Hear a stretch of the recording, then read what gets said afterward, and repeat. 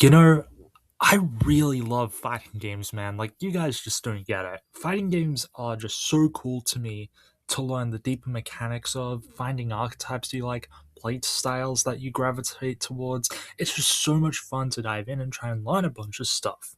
I don't play as much now because of time and money, but I used to pour hours into stuff like Mortal Kombat X, Injustice 2, Marvel vs. Capcom 3, and definitely more that I'm forgetting. So, obviously, as a kid who was getting into stuff like the new Smash Brothers game or trying old stuff like Street Fighter for the first time, I often dreamed of something like that, but for Madoka Magica. As far as I know, we don't really have any Madoka fan games of this kind. I mean, we do have Grief Syndrome, but that's a side scroller beat 'em up.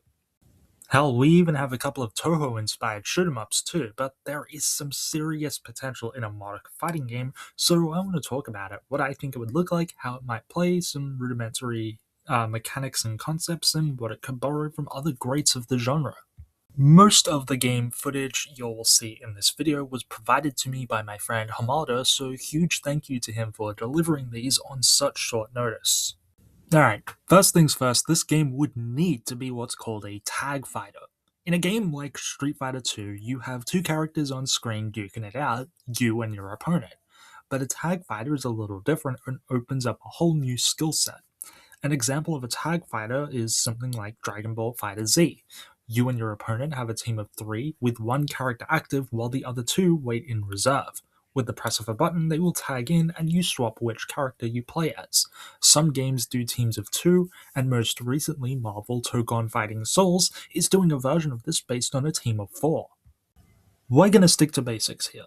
And ideally for this game, the format of a 2v2 tag fighter would be the most widely accessible take on this while still having an enticing system in place that would encourage a lot of skill expression for those who could master it. But what would this actually look like? Who could develop it? These are all some important things to consider when imagining something like this. In terms of developers, I mean, realistically, the best team to handle this project would undoubtedly be Arc System Works. You definitely know them in one way or another, from Guilty Gear, Blaze Blue, Dragon Ball Fighter Z. These guys are among some of the most prestigious when it comes to 2D fighting games, and Dragon Ball Fighter Z in particular was one of the biggest fighting games of the modern era, and still manages to be relevant in discussion all this time later. This type of longevity would be amazing for a fighter based on Madoka Magica who can pull from an enormous cast of characters for unique concepts. Before we move on, we gotta learn some stuff so everyone can stay on the same page. Fighting games are all about skill expression, and in some cases, patience. To be good at a fighting game, you should know these basics. You wanna know what you can do, what your opponent can do, and how you can stop your opponent from doing those actions while taking advantage of the situation to advance towards winning. You'll quickly learn about the rock, paper, scissors mechanic of the basic inputs. You have standard attacks like punches and kicks. You have an option to guard, which can block those attacks. And of course, you also have a grab, which can bypass a guarding opponent.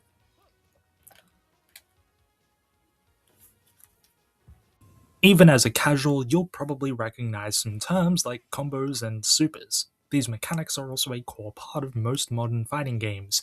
Combos are a way to take advantage of an opponent's weakened state by attacking in quick succession before they can recover. And a super is a big flashy attack that often requires some kind of resource gathering to use, but with the payoff being that it's typically your strongest attack. These are all basic things that we would definitely expect in a fighting game released today. But a fighting game's basics can only go so far. The most exciting part of any game like this is of course the roster. Fighting games typically slot their characters into archetypes, basically a character who is generally able to excel in a very specific thing but may struggle elsewhere. For example, let's take a look at Zangief from Street Fighter. Zangief is a grappler. What this means is that he has a moveset that primarily focuses on grabbing and throwing opponents, and his game plan is to set up a scenario where he can effectively do this. However, he has a pretty big trade-off. He's got slow attacks that can easily whiff and leave him vulnerable, he's large and very easy to hit, and in order to actually set up his grabs, he needs to be able to get up close to the opponent. And of course, he's only one of a variety of many different archetypes. You have characters who have long reaching attacks, characters with a lot of movement and agility, characters who like to throw out projectiles for defense, characters who want to rush in and deal a lot of damage, stuff like that. Fighting games will always follow these simple archetypes and expand from there if the character allows it. Okay, I get it. You're not here for the boring talk. You want to see how I'd make a Madoka fighting game. Hey, guess what? So do I. So, let's just go right into it. You'll understand some basics now and know some terms that I'll use so we can just start building this hypothetical game from scratch. Firstly, I wanted to look like a game called Skullgirls. That is to say, I wanted to take inspiration from that game's general art style and have a very bouncy look to it with a lot of focus on unique character animation and expressive backgrounds. As for what it might sound like, well, to me, the ideal composer would be Arxis' own Daisuke Ishiwatari. He has a very specific, energetic style for the games he's worked on, some of my favorites being the character themes featured in Guilty Gear Strive. He would bring some amazing concepts to the table for a game like this, and it would be great to hear new character themes for this cast. Speaking of the cast, who would be here? Well, obviously, we'd have a roster of the original Holy Quintet and Nagisa Momoe.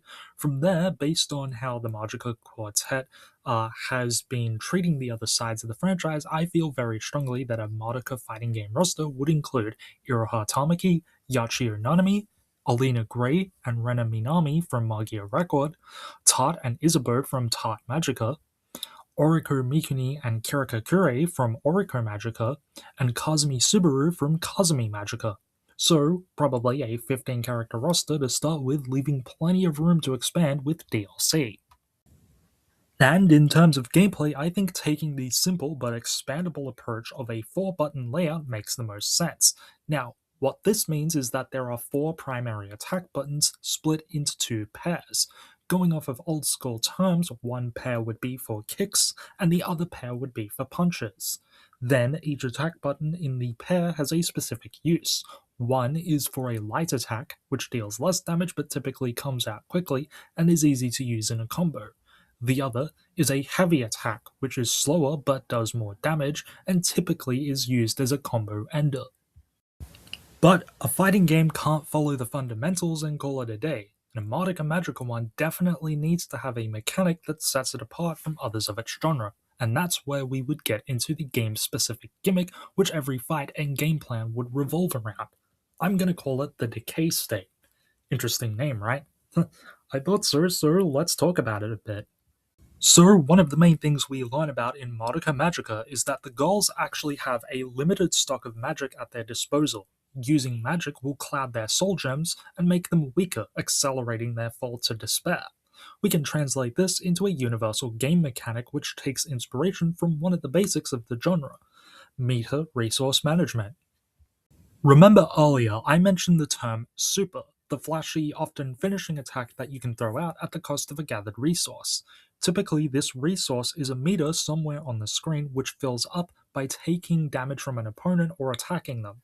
When the meter is full and you use your super, the meter immediately depletes. It's very simple and easy to understand. For this game and the decay state, I picture this meter working very similarly, but its use would be a bit different. So, the decay state would be based on the aforementioned soul gem clouding mechanic seen in the anime. Along with the 4 primary attack buttons, there would be a button dedicated to using a selected character's magic. Using this magic, of course, has its benefits, which change based on the character, but this has another significant effect to consider. A meter underneath the character's health bar would begin to fill up with each use of magic. Once this meter fills up, a countdown would begin, with the HP bar of the character beginning to drain. Once the HP bar drops to 0 in this state, instead of being knocked out, the character transforms into her witch or double form and gains a limited time to make a comeback with enhanced attacks. It's a built-in comeback mechanic that can be a crucial part of setting up a win condition if done right, or a handy fallback for new players who want to have a fair shot in a story mode or in fights with their friends. The general idea, of course, would be for you to decide what is the most important to you. using magic for a certain quick advantage, trying to defeat your opponent, or conserving your decay state but risk falling victim to your opponent's comeback.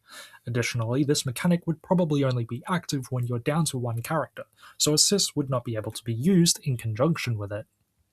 To be honest, I think a lot more can be done with this idea, and there's also the matter of whether or not there'd be traditional supers, but for now, this is what I picture, and I kinda like it.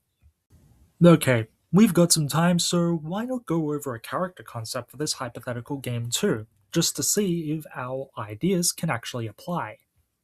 Mami Tomoe would be what's called a zoner. Her game plan involves using projectiles to control the screen and keep her foes at bay. Obviously, this comes about by use of her muskets. I envision Mami to be comparable to a character like Guile in Street Fighter. Her goal would be to keep opponents away but have options to keep herself covered from the air if they manage to break free of the projectile spam. She wants to stay on her side of the screen for as long as possible and force opponents into a state of being stunned to pull off her massive Terror Finale attack. Instead of having traditional super moves, I think the game could have something akin to smash attacks from Super Smash Bros., where some moves get stronger if the button is held down.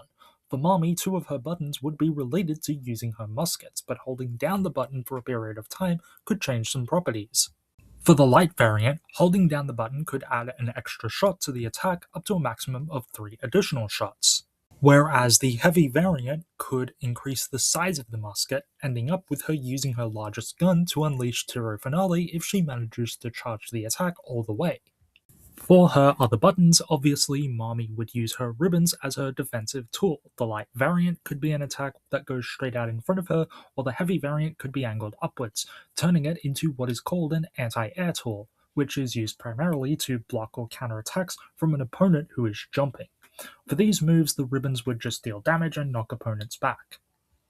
But as for Mami's dedicated magic button, she would once again utilize her ribbons but in a different way. For this instance, Mami's ribbon would fly out and wrap around the opponent, holding them in place for a couple of seconds before they break out. The design concept here is pretty simple. If you ensnare the opponent with a binding ribbon, Mami has the chance to unleash her Tiro Finale essentially for free if timed correctly. Opponents obviously would still be able to break out of the ribbons and guard, but exploiting the opponent panicking to escape would also be a great benefit of this move, especially if utilizing your tag character. Now, what about inputs? Well, in Rebellion, we see Mami fighting far more aggressively than ever before against Homura. She performs flips, blunt force attacks, and even uses a decoy body to survive an attack. I think this extra pool of attacks would be able to slot into Mami's inputs. Right, what's an input? Well, in fighting games, you will hear this term thrown around to refer to a unique attack that characters can pull off. Ever seen Ryu throw out a fireball in Street Fighter 2? That is from a special input. You perform a certain motion with the left control stick, press an attack button in time with the motion being finished to pull it off. In the case of Ryu's fireball, you would slide the control stick straight down, and then slide it to the direction that Ryu is facing in a quarter circle motion, and at the end of the motion, press the attack button.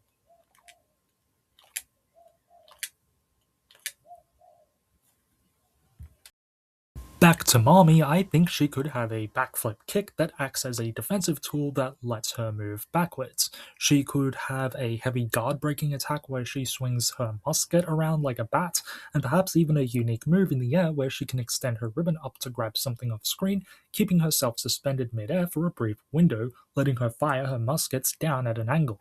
And of course, we have her decay state. Mami becomes the witch Candeloro in some media, and in Magia Record it was also reimagined as her doppel. Once Mami succumbs and enters her desperation state, she becomes the inviting witch. Candeloro is small, fast, and increasingly annoying. Gone are Mami's muskets, and the only thing Candeloro wants to do is ensnare its foes and hold them in place until they fall. Candeloro's game plan is of course to get in and bind opponents to deal massive damage by throwing them around and hopefully knock them out before Mami herself perishes. If this were a regular video, I'd probably go more in depth, explore a couple of characters, whatever, but this video is more for me to just get this idea out of my head and share it with you all. I hope my ideas are enough to convince you that yes, a Madoka fighting game would absolutely kick ass. I want to see what you guys could envision for a game like this down below. I'd love to hear others' takes on this. Once again, thank you to my friend Hamada for the Marvel Tokon footage. In the meantime, I will see you guys in the next video, which comes out tomorrow.